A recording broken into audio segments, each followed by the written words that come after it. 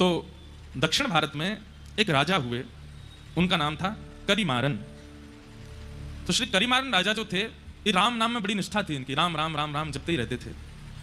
इनकी पत्नी का नाम था रानी उड्डयनंगई, दक्षिण भारतीय नाम है उड्डयनंगई। तो करिमारन राजा और इनकी पत्नी रानी उड्डयनंगई, ये दोनों भगवत परायण भक्त थे। राजा दिन रात राम नाम के आश्रय में ही रहते थे, रानी अपने पति के आश्रित रहती थी। एक दिन दोनों राजा और रानी कहीं जा रहे थे मार्ग में, तभी आपको शंख चक्र गदा पद्मधारी श्रीमन नारायण भगवान का एक सुंदर मंदिर दिखाई दिया। बहुत सावधानी से सुनिएगा, बड़े हमने कहा ना भागवत जी में इधर उधर देख लो तो कोई बात नहीं है, पर भक्तमाल जी का तो एक एक शब्द सुनिए, नहीं तो आपके चित्त से भाव जा सकता है। तो एक बार आप दोनों जा रहे थे, तभी आपने देखा कि एक मंदिर में सुंदर श्री विग्रह ठाकुर जी का विराजमान है, और उस विग्रह को देख करके रानी वहीं रुक गई। राजा तो दंडवत करने लगे, प्रणाम करने पर रानी के नेत्र खुले रह गए। ठाकुर जी का रूप लावण्य देख करके, रूप देख करके, स्वरूप देख करके रानी नेत्र झपकना भूल गई। राजा ने कहा, देवी क्या हुआ? रूप देखिए कितने सुंदर हैं ठाकुर जी। बोले कुछ मांग लो ठाकुर जी से। तो रानी ने क्या कहा, पुत्र देहु निज सर से लला, कि हे नाथ, आप तो परमात्मा हैं, हम आपको तो गोद में लेकर घूम नहीं सकते, पर कृपा कीजिए कि आप जैसा ही पुत्र मुझे प्राप्त हो।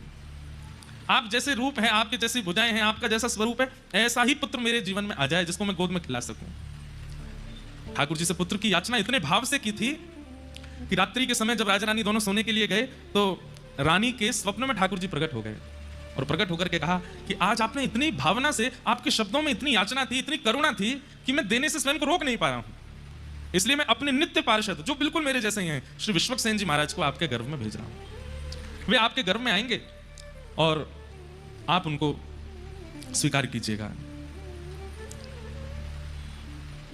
गर्भ में श्री विश्वक्सेन जी आ गए, लेकिन इनका नाम सटकोप क्यों हुआ?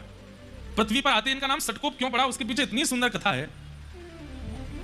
श्रीमद् भागवत जी में एक वेद स्तुति आती है, और वहां वेद स्तुति में बताया जाता है कि जब हम लोग अपने मां के गर्भ में होते हैं तो ठाकुर जी से नित्य प्रार्थना करते हैं कि हे ठाकुर जी, एक बार इस गर्भ से मुझे बाहर कर दीजिए, मैं आपको वचन देता हूं मैं जीवन में इस गर्भ में ना आना पड़े ऐसी कोई क्रिया नहीं करूंगा।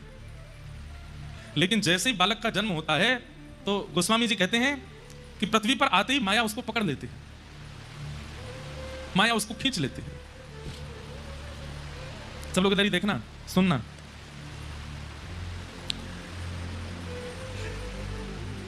भूमि परत बा डाबर पानी, जनु जीव ही माया लपटानी।